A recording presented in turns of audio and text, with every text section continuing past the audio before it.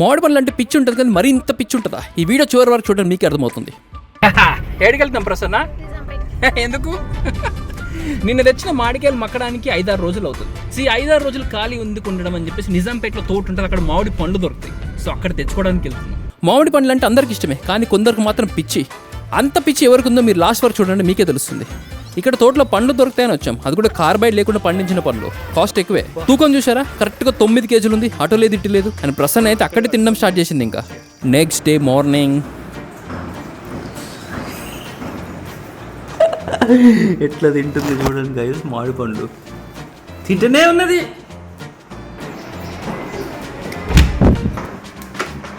ఏంటి తింటూనే ఉన్నది? ఇది ఏం చేస్తున్నావు?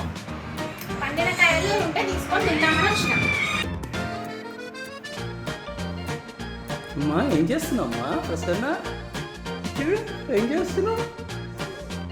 తింటూనే ఉన్నది ప్రసన్న. జర పండనే అది పండొచ్చు కదా, పండనియచ్చు కదా. అవ్వా